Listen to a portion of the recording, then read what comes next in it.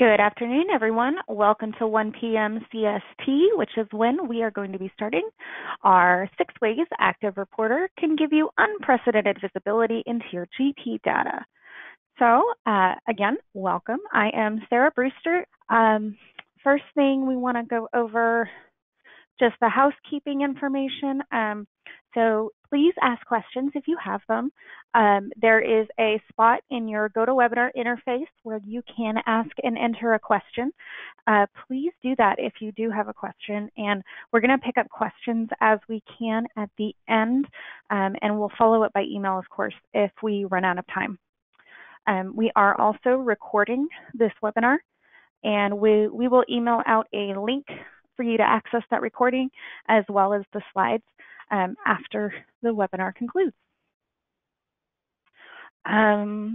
This screen as well, just the general disclaimer information for you.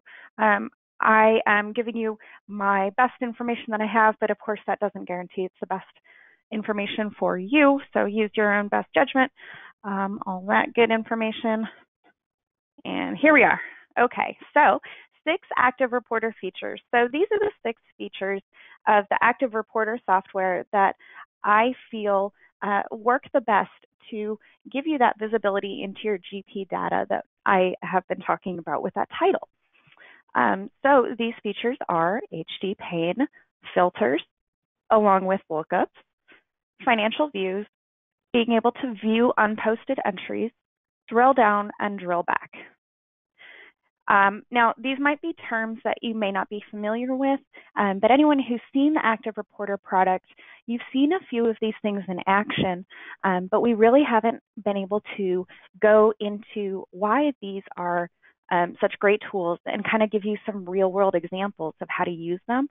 So that's what this webinar is going to focus on, is the utility of the ActivReporter application alongside being a reporting application. So today we're a little bit focused more on the analysis side than the reporting side, but hopefully this will give you some good insight into why this is a great tool for you. So with no further ado, we'll go right into it. The first one is, of course, our HD Pane, which is a smart list-like listing of the chart of accounts, journal entries, and journal detail. So we're going to be spending most of our time today in the software. So let me pull that up here. Okay, so this is my ActivReporter environment here. And we're going to be talking about the HD Pane. So this is my ActivReporter application, my dashboard here. And we're just going to be here under Fabricam in the ActivReporter section. And we're going to pull the chart of accounts HD Pane first. So here is my HD Pane. You can see that I have a listing here of all of my accounts in my chart, all 501 of them. You can see that down here at the bottom. And for each one of these, I have different columns of information available. For all of these columns, I can drag and drop them wherever I would like them. I can sort by any one of these columns here. And if I don't see the information that I'm looking for in these columns, I can do a right-click, go to Options, and then I can see all the other columns of detail that are available that I'm not currently viewing. So one that I would like to highlight here in a potential real-world situation type scenario is this one right here, my GP posting type description. So I'm going to go ahead and add that to my view, my HD Pane. I'll click OK. Now what this does is bring up for me the posting type description that's listed on the account in GP. So what this is nice for, when you're doing your year-end close, one of the things that you are supposed to do, you may not do it, but it is intended that you do it, that you do a review of your chart of accounts to ensure that your posting types are set correctly. So what this allows me to do is get a quick look at where all of my accounts are as far as their posting type. So what I can do is just do a spot check. So here, of course, I'm sorted by account. So I know I'm going to have all of my, my cash accounts and such first in my balance sheet. So I can just do a spot check, everything, balance sheet, balance sheet, balance sheet. Oh, that one's P&L. That one's not right. So from there, I know that this is an error, and I'm able to go back into GP and correct it. Now, I'm not going to focus on this too much right now. We're going to come back to it, and I'll show you how we can fix this a little bit easier. But for now, I just want to focus on the HD Pane portion of this. Each one of these account line items, I can double-click to pull up a window with a little bit more information. Over here, I've got some information that's come from GP, such as the translation method or the translation type that is set on the account in GP. And then over here on the right, you can see that I have a section called Rollups. If you've been following ActivReporter, you know that rollups are how we group accounts on lines in your financial statements. So how you get all of your cash accounts to roll up to one line that says cash, that's going to be your rollups. So here I can see all the rollups that it's assigned to.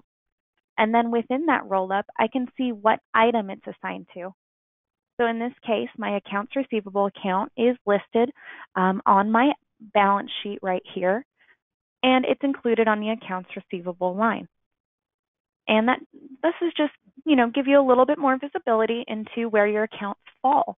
The best thing for this, of course, we all know that charts of accounts can get a little wild and, untamed. So when you build your roll-ups and your row definitions, you're generally going to be using ranges or wildcards to describe a portion of your chart without being too specific. The intent there is so that when you create new accounts, they'll automatically fall in those ranges and you won't have to go edit your roll-ups.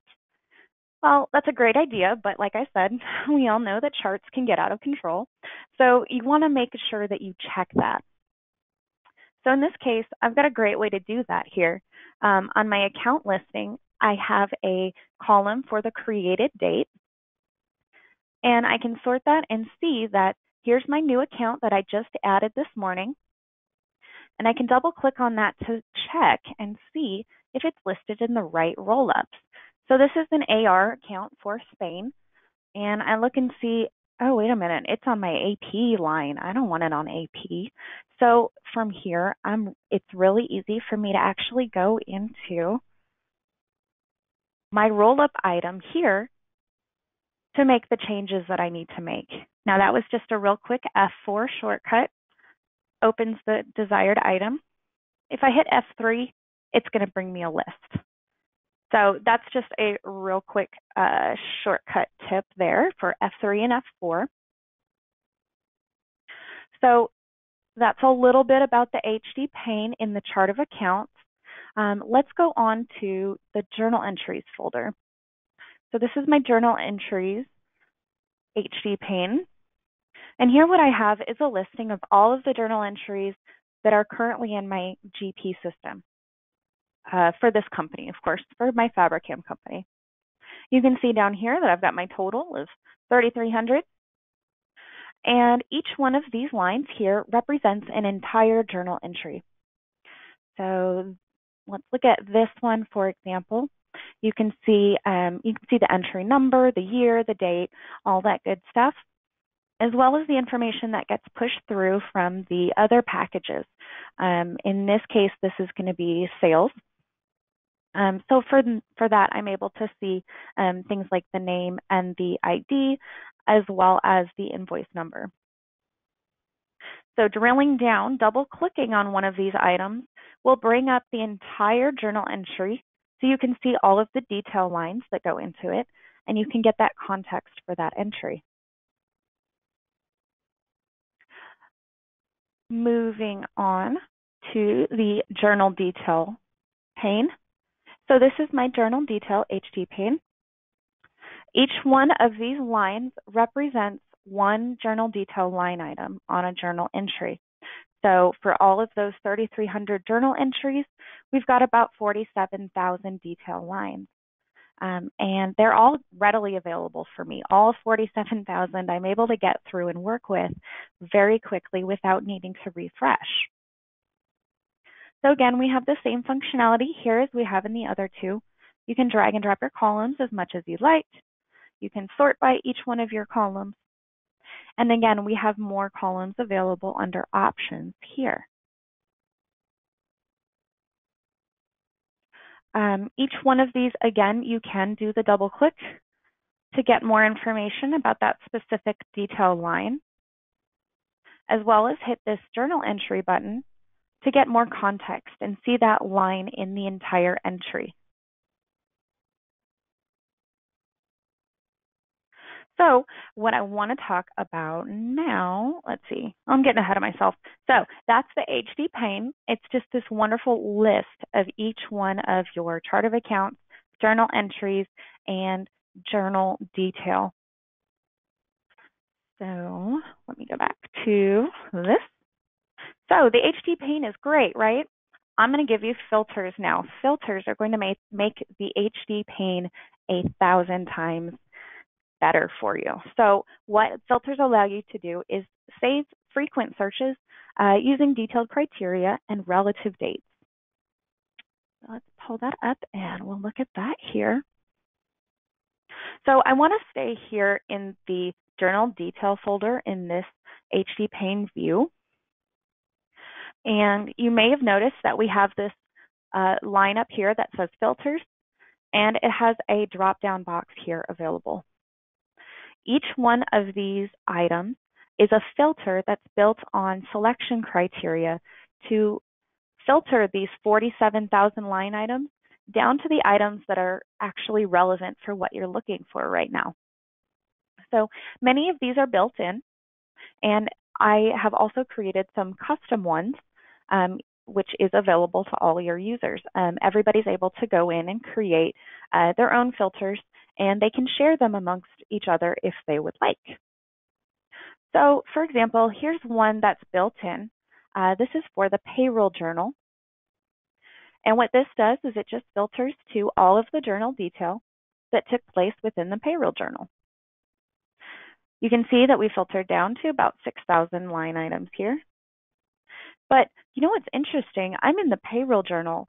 I should be able to see who the paycheck was cut for, right? So what I've actually done is, just to show off something that ActivReporter can do, I used the same payroll journal filter, but I used some of ActivReporter's functionality to create custom column settings on this filter.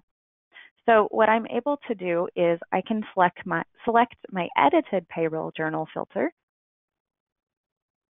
And every time I select this, it's automatically going to add for me this column that tells me who the paycheck was for. So I can see there's all of Angela's paychecks for February right there, or, well, all of the items that went through the payroll journal for Angela. So what this means is you're able to create that custom view based off of what you're looking for.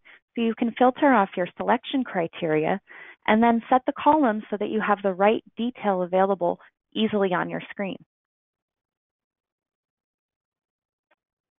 So let's look at another example of how the filters work. I have a filter here for this period. And I want to show you this really quickly here on this filter. So I'm going to right click on the name of the folder over here, Journal Detail, and go down to Maintain Filters. And here's my This Period filter that I've just pulled up. Oh, this is the one I want.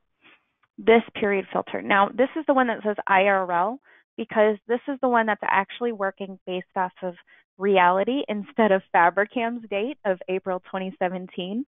Because what I want to demonstrate to you is this concept of relative dates. So here's my condition that my filter is pulling based off of. It's pulling right now, you can see, between November 1st of 2018 and ending at November 30th, 2018. Now, I said relative dates, but that looks pretty absolute, right? Well, if I check down here in conditions, I can see this asterisk next to the date. What that means is I've used relative date expression in order to determine that date. Let me show you this here. I push F2 while I'm in the date field, and my little date expression box pops up. So what this does is this helps me build that relative date. So beginning of current period minus 1 year. So in real life, again, not Fabricam date, it is currently November 5th. So the beginning of the current period would be November 1st, 2019. But I said minus 1 year, so it has November 1st, 2018. I could do this, I could change this, for example, to prior. And you can see how that date now changed to October. What this means for you as a user is that you can set up your filters. Probably what you most likely be doing is living right about there at the prior period, so you can look at last month's numbers while you're closing. And that way you can set up all your filters to have that relative date. You won't have to change it from month to month. You'll just use the filter and it'll automatically update when your clock does. So just looking at this in the HD pane, how it pulls out, I've got the this period filter here, which remember, Fabricam thinks it's April 2017. So this period is for 2017. And I can combine this filter with a lookup over here. What lookup allows me to do is create basically a filter, but only on the account. So what I can do here is I can type in the part of the account that I want to focus on. And now I have used the filters and lookups to come down to just the commissions for this period. So this is a great research tool. It does require a little bit of setup. You'll have to think ahead of what are the searches that I do over and over again, what are the searches that I might do, and then you can create the filters and then utilize the lookup as well to find the relevant information. So just one more example of how these filters can work. Let's clear that lookup. Now clear this filter.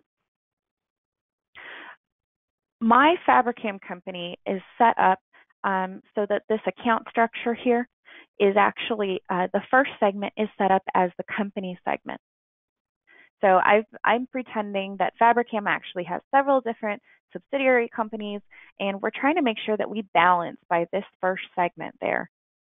So what I have is I've created a filter called, where is it? Oh, sorry, it's not on journal detail, it's on journal entries. Go back up to journal entries. Okay, so I've created a filter here on journal entries called out of balance by company. And what this allows me to do is it automatically is going to filter down to everything in my current period that is out of balance by that first segment. So let's just look at this to sort of show you. So this first entry I clicked on here, it showed up in my filter. And you can see by looking at the accounts over here that yes, it is out of balance. I've got $105.60 debit here to my 300 first segment and nothing else to 300. It's all of that 000. So this is out of balance by that first segment. So if you have any sort of balancing issues or you have some items that maybe need a manual review once a month or once a quarter, that's going to be a great candidate for creating a filter and recreating that search over and over again by just clicking on the filter. So yeah, I think I have one more example of filters just to look at here. I have a filter that is called expense review. So what this one does, this is just another example of how you could use these. What this filter does is it is looking at all of my 6,000 and 7,000 expenses in my Fabricam company, and it's looking for ones that are greater than 5,000. So you can see here that these are all of my expenses that were greater than 5,000. Now, it is back in 2014, but that's just because Fabricam's data isn't the greatest to work with, but it does show the functionality.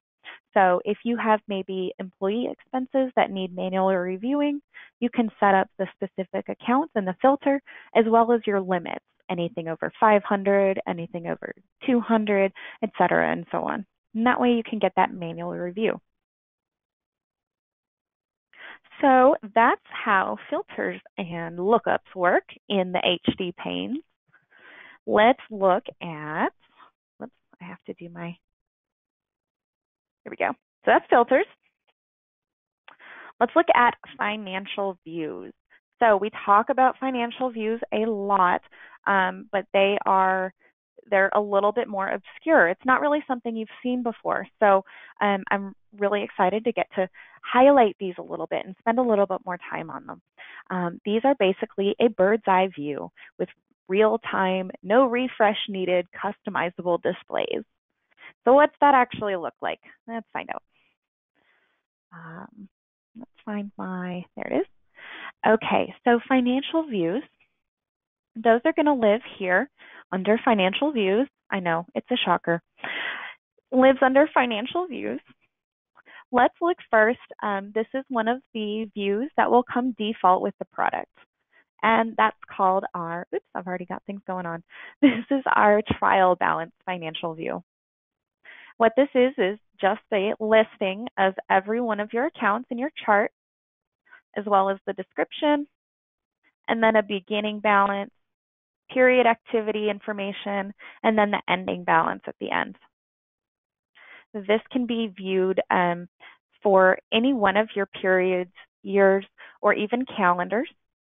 ActivReporter does bring over the fiscal calendar that you have set up in GP, but we're able to build additional calendars if you would like. So I have an ad hoc calendar for whenever I have a strange period that I want to display. Or you've got other options here like quarterly or the forever calendar. So like I said, this trial balance is not needed. You don't need to refresh it. This will stay live with your data at all times. And of course, like everything else, you can do a double click for more detail. And then over here, I can select which one of the columns I want to look at. And then I see all the journal detail listed here in this window. It looks familiar, right? It says journal detail. It looks a little bit like this right here, doesn't it? That's because it is. So let me go back here. We'll pull that back up. So this is what we call a merged in view. This is a mini HD pane, but instead of displaying everything the way that the journal detail folder will, this is only going to display the information that contributes to this value here. So it's filtered down to just this value. And you've got the same functionality here as you do over here. So I can still drag and drop any of my columns. I can still sort by any of them. I can use lookups. I can use all my filters and all those tools there to do analysis on these values that I've gotten to from my financial view. So going back to this financial view, I just want to show you a few more things on this trial balance one. We do have lookups and filters on the financial views as well. So for example, this trial balance view is great, but I've got a lot of items here that don't have any activity. So if I want to filter down to just the ones with activity, guess what? I made a filter for that. So these are now only the accounts that actually have net activity for the period. And that makes it a little bit easier to take a look and see what's going on. We have, let's see, we've got a few other built-in views that I want to look at. So one of the built-in views is going to be this trial balance by category. We do a lot of default work in ActivReporter based off of the GP account categories that you have your accounts assigned to. I know that not a lot of people will keep those updated or be able to use those as valid reporting, but they do provide a great way to sort of get started with ActivReporter. So this trial balance is available by default, and it just breaks down by those categories that are available in GP. I have, let's see. Oh, what I wanted to highlight about this, though, is that this functionality is not just limited to the account categories. You can build these trial balances according to your roll-ups as well. So here's an example. I have here we go. So this is my P&L roll-up. This is my income statement roll-up. Includes all of my income statement items.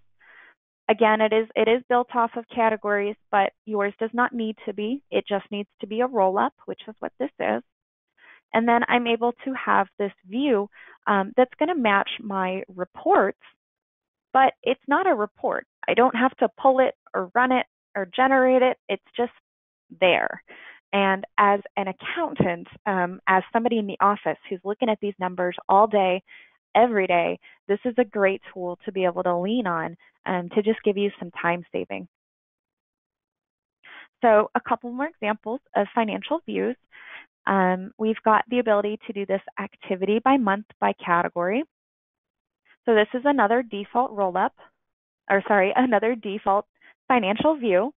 It is built on the categories again, but it's just an example how we're able to pull out values on a monthly basis in these views as well. And again, you are going to still have that drill down capability. Say, ooh, look, what happened to March? March is really out of whack. And then you can come out here and you can do some analysis on this, use your filters and lookups to find your anomalies. Or one thing that I haven't mentioned yet, but I'd like to now, this is a lot of items. So this is, we can see this is 55 lines of detail that's going into my March number right here. And say that I just don't have the tools that I need to do the analysis right here. Maybe I need to build a pivot table off of this and see which account is causing me to be over by so much, something like that. So what I can do is I can quickly put this in Excel. I can do a Control-A to select all of the items, and I can do a Control-Shift-C, and that is going to copy this right into an Excel table. So I've got a nice little Excel table I can work with. It's got some totals automatically and has filters up here that you can use. And if I wanted to, I could just real quickly turn this into a pivot table. And yes, I know that some of you out there are going, I don't want it formatted. Can it just be text? Because that's me. I don't want formatting. I want text. So yes, we can do that too. Just the same thing. You just do the Control-A, and it's much simpler. Just Control-C on the detail and Control-V in your Excel or whatever application you're using, and you'll get the plain text version of the data.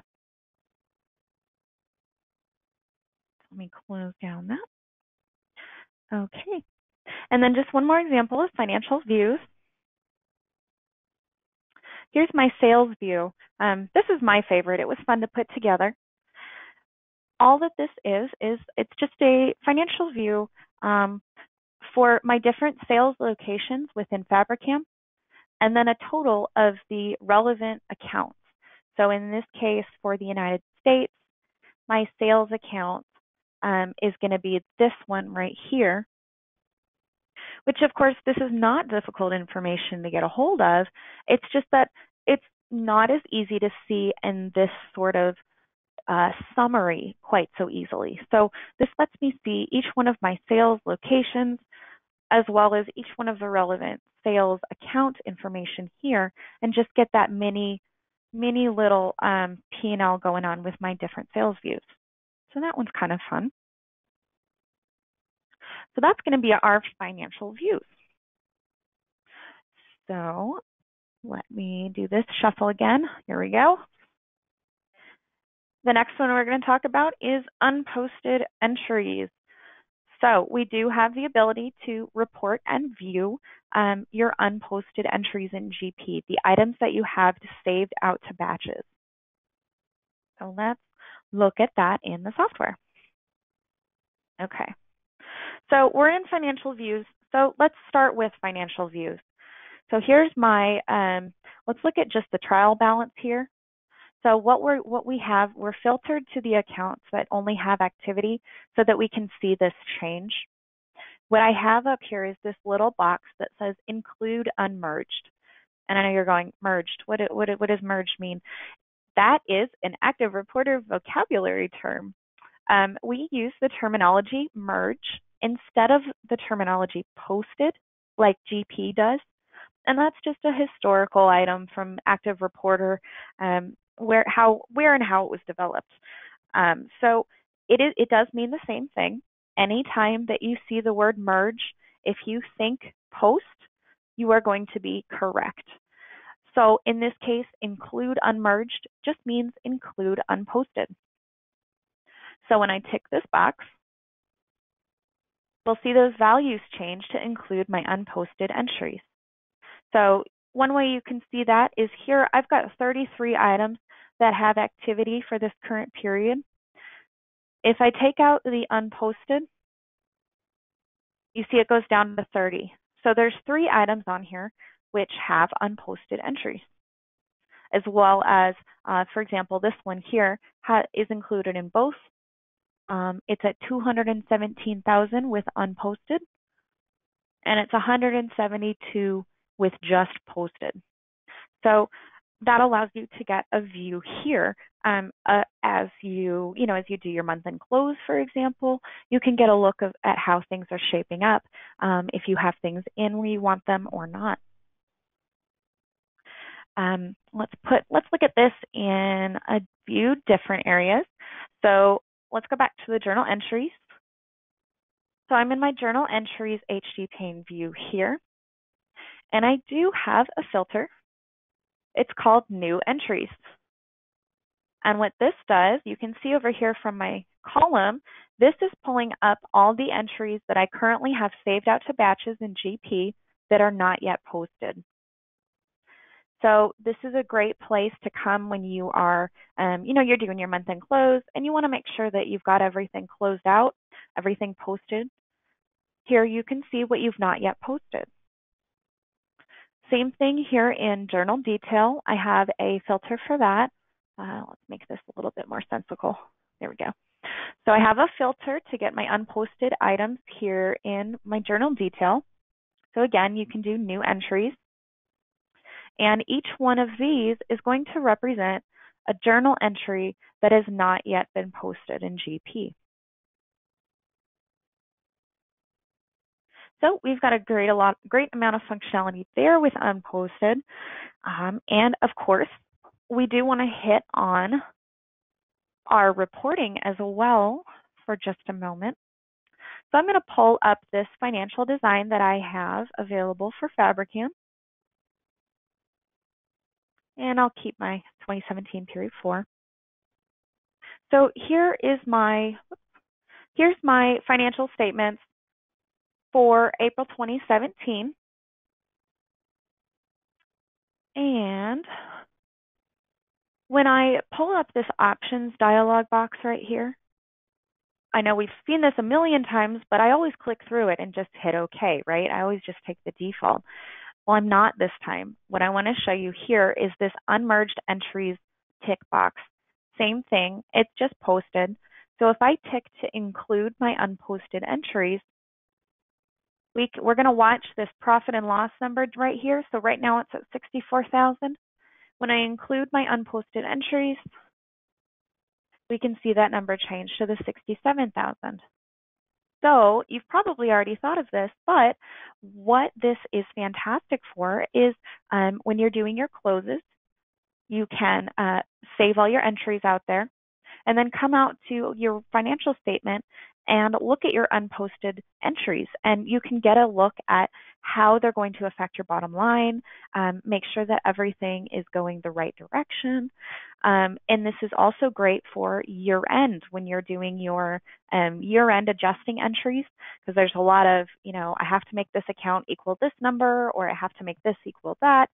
So sometimes adjusting entries can be a little bit of trial and error. What this allows you to do is get your saved entries out there, And then you can come to your financial statements, include those unposted entries, and make sure that your bottom line and your totals are what you are expecting them to be and what you want them to look like. So our next item is drill down.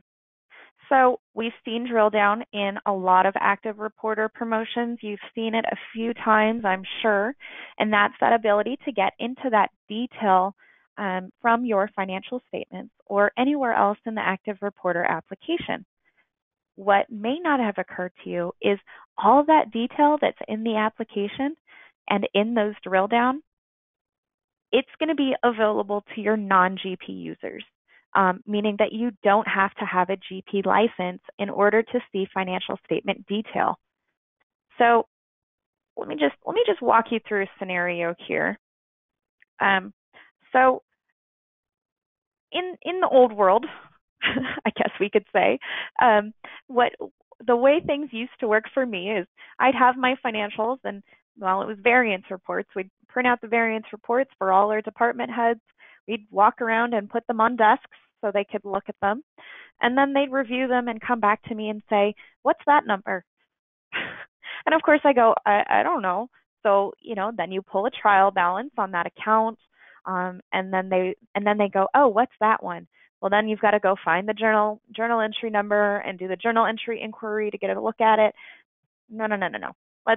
Let's not do that dance anymore. What I recommend and what ActivReporter lets you do is you have everybody set up as an ActivReporter user. Everybody who needs to have access to financial detail should be an ActivReporter user.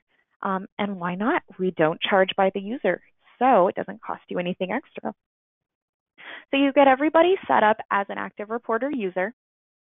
And then when you send them ActivReporter reports, they're going to be able to connect to the database here, and they're going to be able to have this drill down capability available to them. So what that means is, when my department head comes to me and goes, what's this other employee expenses line? I can say, did you click on the arrow? And I just love that. That might be the staff accountant in me, but I love the idea of being able to send people back and to say, why don't you look? Because I don't know what you're looking for as well as you do. So I love for you to be able to go in and do the search for yourself so you can find what's relevant. It puts the power back in everybody else's hands so that, every department head can take a look at their detail here and really take responsibility for their numbers. So that's some great functionality there. And this is available when I say drill down, of course, what I'm speaking about is this ability to drill down from the financial statements. But of course, all of the information that we saw earlier here in these HD panes and the HD view or the financial views, all of that would be available again without that GP user license. So you can get these financial views, this journal detail, all of this without needing to have a GP user license. But of course, you don't want to give everyone the keys to the kingdom. So we do have extensive security features available to make sure that only those who should be changing reports can change reports. And only those who should be able to see everyone's salary, for example, are able to see that. So you can lock this down and make sure that everybody only has the appropriate access for them. So for those of you who are GP users, let's talk about that. So if you are lucky enough to have a GP user license available to you, let's pull this over here so we can see. We have, oh, I'm getting ahead of myself again. We have drill back for GP users. This is just the ability to jump back into the GP item directly from the item in ActivReporter. So yes, we're going to go back into the software. Okay, so in this scenario, we could be any number of things, but we are here in a financial statement. I'm a GP user, and say I'm reviewing again this tax expense account. And let's just shrink that, make it a little more reasonable. Okay, so I'm looking through this account here, or this roll-up item. It is tax expense. That's what I blanked on. So we're looking through my tax expense detail here, and I'm just going to sort and see. Ooh, you know, that 452 looks wrong. Maybe that it wasn't the right number. So maybe I just want to look or get a little more detail on it, more than I'm able to see here in ActivReporter. So I've actually got a keyboard shortcut, Control J, which is going to pull up the journal entry inquiry screen for that item in GP. So from here, I can get into the source document, see all the detail related to it here, and maybe just make sure that everything looks like it's working the way that it should. As well, if you keep attachments here in your entries or in your subsidiary packages, this is a great way to get access to them here. So if you're anything like me, and I put it on the header slide, no more memorizing journal entry numbers. If you're anything like me, there were so many times that you had a trial balance open and you'd memorize the number and you'd come over to journal inquiry real quick and you'd try to type it in, and then you were one off, or you got something you didn't expect, or, you know, it was a huge hassle for me to be always trying to remember numbers or copy and pasting them to get over it, to get them in this journal entry inquiry screen so I could see the distributions down here. But this makes it a lot easier. Let's get out of the financial statement point of view. Let's close this, and I'm going to close that. So the reason I want to get out of the financial statement point of view is I want to emphasize that this drill back is available outside of the financial statements as well. So it's definitely available in the financial statements, but we've shown you that 50 times. So I want to show you where it comes from outside of that as well. So looking back at our journal detail, let's get back into our scenario here. So for example, we're looking at our employee expenses. And again, I have this to pull everything over 5,000. So say I'm looking at this and I'm going, okay, $45,000 for travel. That is excessive. Let's find out what that was for. So if I want to get a look at that in GP, I can do the same shortcut that I did in the drill down in my financial statement.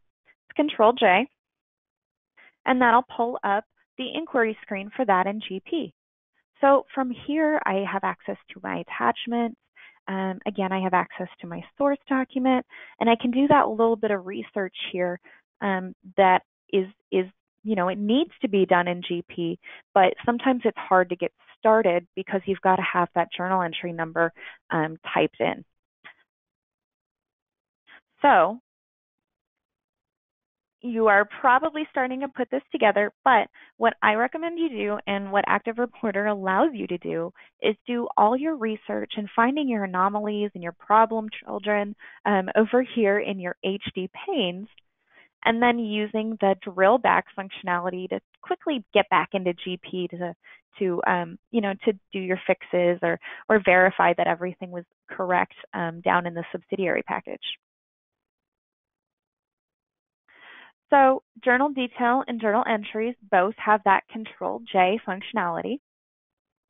And my chart of accounts has two different ones to talk about. So let's go to our payroll account and we'll look at those.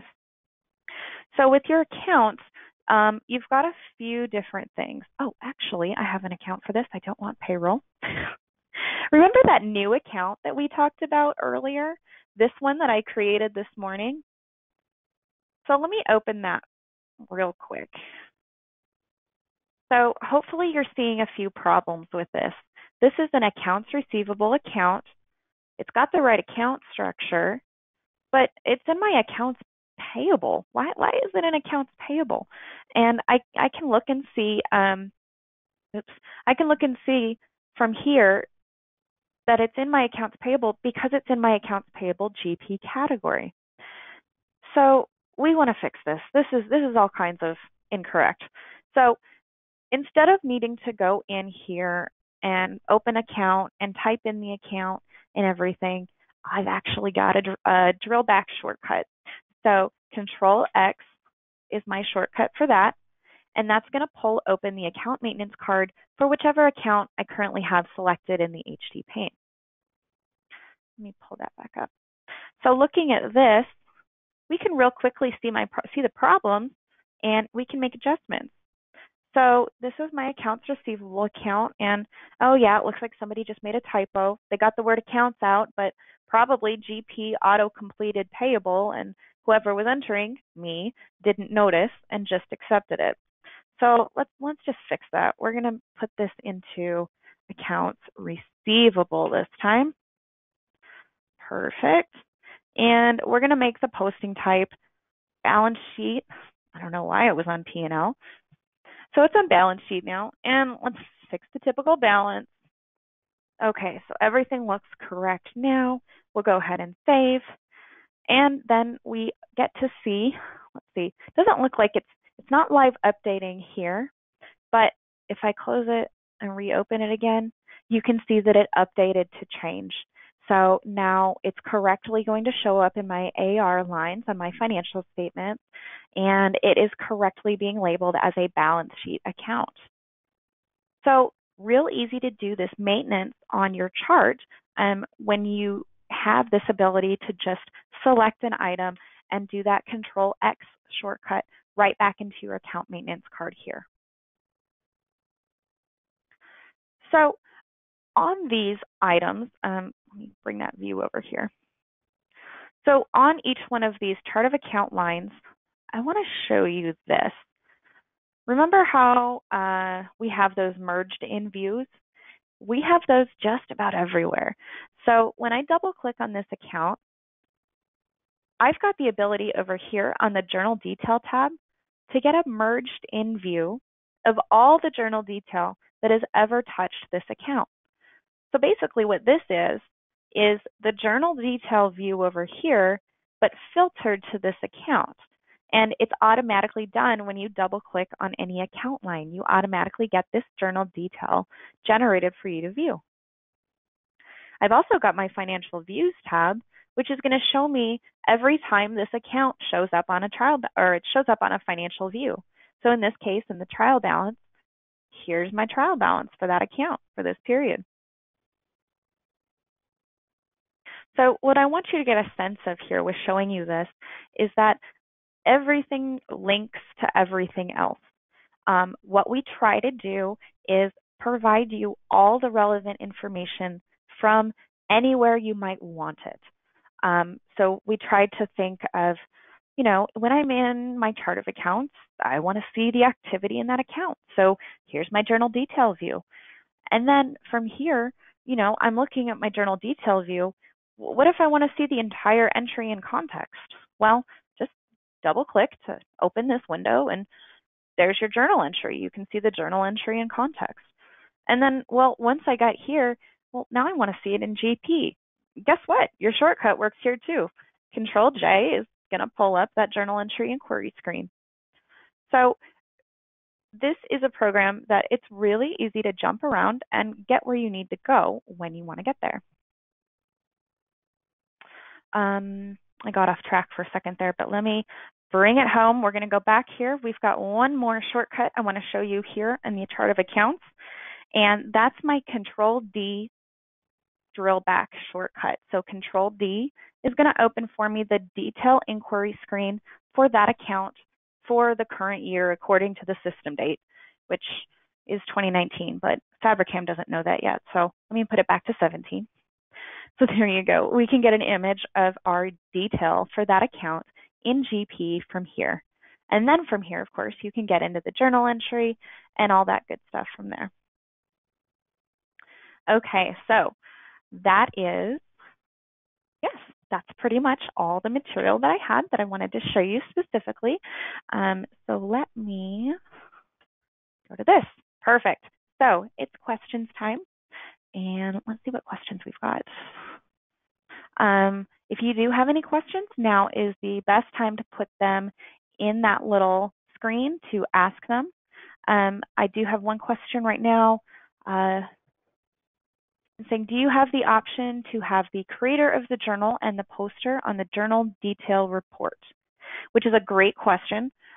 No, we currently do not have that information.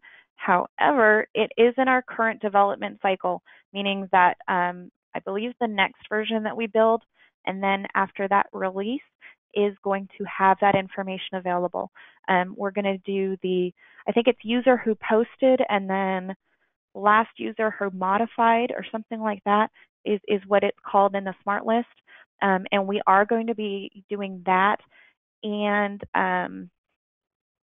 the timestamp available from there. So I have another question here saying, I thought ActivReporter was Excel with formulas, but you seem to be showing a different UI. And yes, I am. So ActivReporter is Excel with formulas, but it's also a lot more, which is what this webinar is focusing on today. So let me bring up here we go. So the ActivReporter application, what we mainly have focused on in a lot of our promotional materials is this portion right here. This financial statement portion where we have the formulas that are pulling the detail in from GP to create your financial statements. And that is mainly what we do.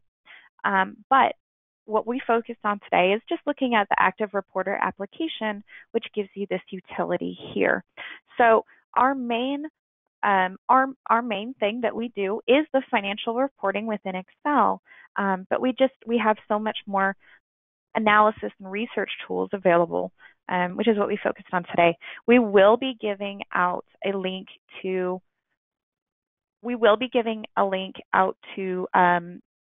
those who attend to see one of our other webinars that's going to focus a little bit more on the financial statement portion. So hopefully that will give you the information you're looking for as far as reporting. Multi-currency, yes. I am so happy that I am able to say, yes, we have multi-currency availability. This is brand new to us, and we are still kind of testing it internally, but it is 99% there. I have multi-currency ability now. We are going to be doing a webinar on that at some point to focus on it, to show you the functionality. For right now, I will just say that we do have it, and if you'd like to see it in your specific situation or talk about it one-on-one, just give us a holler. Let me get my window here so I can show you that. So here's my information for Intuitive. You've got my phone number here, as well as email and website. So if you want to sign up to get a one-on-one demo or something like that, we can definitely do that and talk about multi-currency. MEM, do we handle multi-entity management bridge transactions that are unposted? That's a great question, and I'm not actually certain.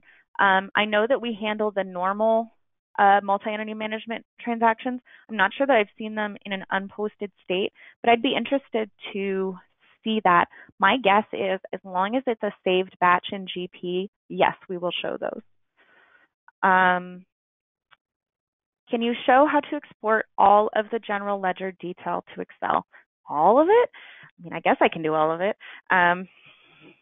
Let's see. So if I have here my journal detail, and I've got all 47,000 line items, I've got a few options. I can Control A, and then I have a Control-Shift-C shortcut, and you can see it's going to warn me that it might take a while. That's fine. I'll just keep answering questions while it does that. But it's just a real quick shortcut to copy it into Excel. If you don't want the formatted tables, remember, you can just do a simple Control-C, Control-V from this view into Excel, and it will do that in plain text. So here's my Excel. Can financial statements be created, printed, that is acceptable to be provided to a board of directors? Yes, it can be.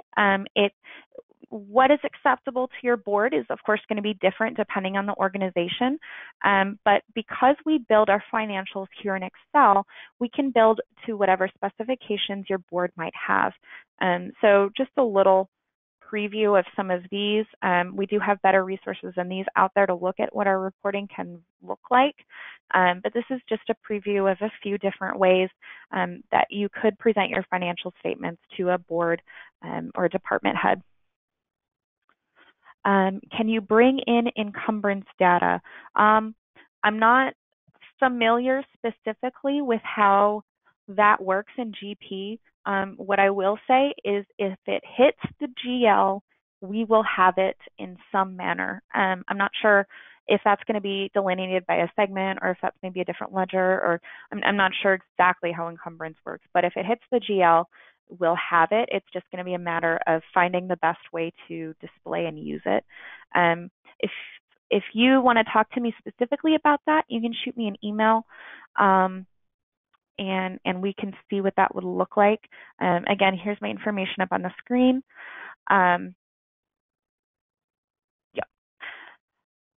Can you incorporate budget and forecast into the financial report? Yes, we can definitely do budget and forecast. So we do, oops, that's not what I want. We do pull in your budget information. So here, for example, is my income statement variance report. So I have my budget, which here is pulling information from my, let me find my budget. So it's pulling information from my budget 4 that's in my GP database right now. So we can pull multiple budgets or single budgets depending on what your setting or depending on what your setup looks like.